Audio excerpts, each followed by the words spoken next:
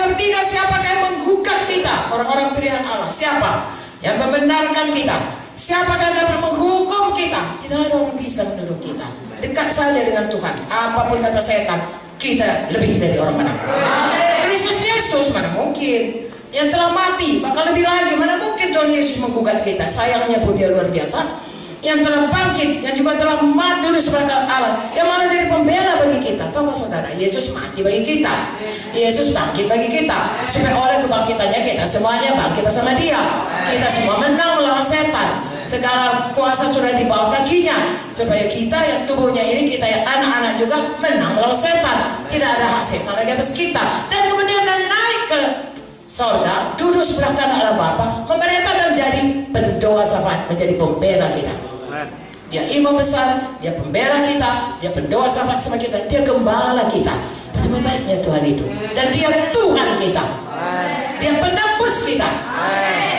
Haleluya. Kalau sudah kita diberikan Tuhan, mengapa kita bimbang? Haleluya. Mari tatap masa depan bersama dengan Tuhan, lebih dari orang yang menang. 35. Siapakah yang akan memisahkan kita dari kasih Kristus? Penindasan, kesesakan, penganiayaan, kelaparan, ketelanjangan, atau bahaya, atau pedang. Satu pun tidak bisa memisahkan. Dari ayat 28 berkata, kalau itu datang, maka semua jadi kebaikan. Seperti ada tertulis, oleh karena Engkau kami ada membayar maut sepanjang hari, kami telah dianggap sebagai domba-domba sembelihan. Orang yang mau mengikut Tuhan pasti mengalami aniaya. Tidak usah heran saudaraku, tetapi cheer up, sukacita, karena Tuhan sudah menang. Yohanes 19:33, amin. 37, tapi dalam semuanya itu, semua baca.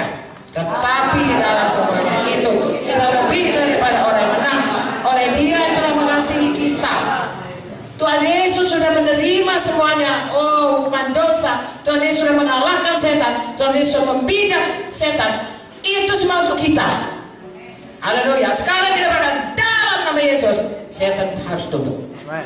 Lalu kita berkata dalam nama Yesus, Bapa, genapi janjimu, diberikan Tuhan kepada kita. Hari malam kita berkata dalam nama Yesus, siapa yang percaya lahir baru semua. Haleluya. Lebih dari orang menang. Haleluya. Ayat 38, 39, supaya kita tahu saudaraku, jangan pernah kita tidak menggenapi apa yang dikatakan oleh Kejadian 1, 28 tadi, berkuasa di bumi ini. Inilah yang bisa menipu kita, membohongi kita, yaitu setan, iblis semuanya, ya, yang bisa saudaraku memberikan tipu daya, yang bisa menggoda kita dan bisa menyeret kita keluar dari jalan Tuhan. Tapi janji Tuhan ini tidak ada yang bisa memisahkan kita. Kita harus lebih dari orang yang menang.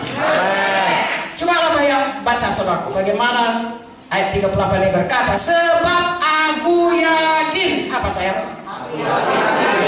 Yakin dan iman kita bahwa, perhatikan, baik maut maupun hidup, baik malaikat-malaikat maupun pemerintah-pemerintah, baik yang ada sekarang maupun yang akan datang, baik kuasa-kuasa, baik yang di atas maupun yang di bawah, ataupun segala sesuatu makhluk lain, tidak akan dapat memisahkan kita dari kasih Allah yang ada dalam Kristus Yesus Tuhan kita. Dengan kata lain, apapun tidak bisa memisahkan kita.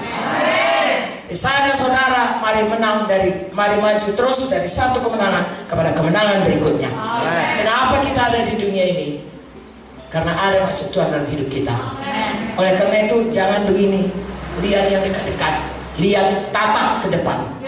Maksud Tuhan, saya dan saudara harus dikembalikan kepada kemuliaan Tuhan. Pastikan saya dan saudara bukan saja dalam iman, pastikan kita berubah hari lepas hari. Haleluya. Mulai dari saudara yang baru lahir baru sampai kepada saudara yang menjadi hamba Tuhan, ya, dengan jemaatnya begitu banyak, semua kita harus berubah. Haleluya. Saya bertanggung jawab akan hidup saya, saudara bertanggung jawab akan hidup saudara. Mari kita saling menolong. Besi menajamkan besi. Haleluya. Seperti semalam cerita Kak Joyce, pengalaman itu, kalau ada orang menasihatkan kita, walaupun kita pemimpin, mau mendengar, rendah hati, mau berubah, terima kuasa Tuhan. Haleluya. Lalu kemudian yang kedua tadi, saudaraku, selain kita berubah, Kita harus punya banyak anak yang buah yang kekal bagi sorga. Haleluya. Yohanes 15 berkata, buah yang tidak batang yang tidak berbuah dipotong, tetapi kalau kita berbuah makin lebat lagi. Kuncinya kita lengket kepada Tuhan. Hari ini kita tahu itu semua berarti kita itu harus dekat dengan Tuhan, selalu penuh Roh Kudus, harus patuh. Ya, saya selalu katakan 3P. Ya, patuh, percaya, patuh, puji Tuhan, penuh Roh Kudus. Ya, maka akan membawa kita terus lengket dengan Tuhan, membawa kita dekat dengan Tuhan, kenal jalan Tuhan, dan membuat kita selalu berbuah. Berbuah baik dalam buah roh, juga dalam pelayanan. Kita memiliki banyak anak, banyak murid. Haleluya. Selanjutnya berkuasa. Saya dan saudara bukan hanya menginjil berkuasa, hidup kita ini juga lebih dari orang yang menang. Setiap hari kita diperhadapkan pada keadaan-keadaan, ya, di mana kita diperhadapkan, saudaraku, kepada pilihan menang atau kalah, berkat atau kutuk, hidup atau mati. Amin. Selalu pilihan. Tuhan berkata, mengapa gerangan kau pilih kematian? Pilihlah hidup, pilihlah berkat, pilihlah menang, pilihlah berhasil, pilihlah kelimpahan.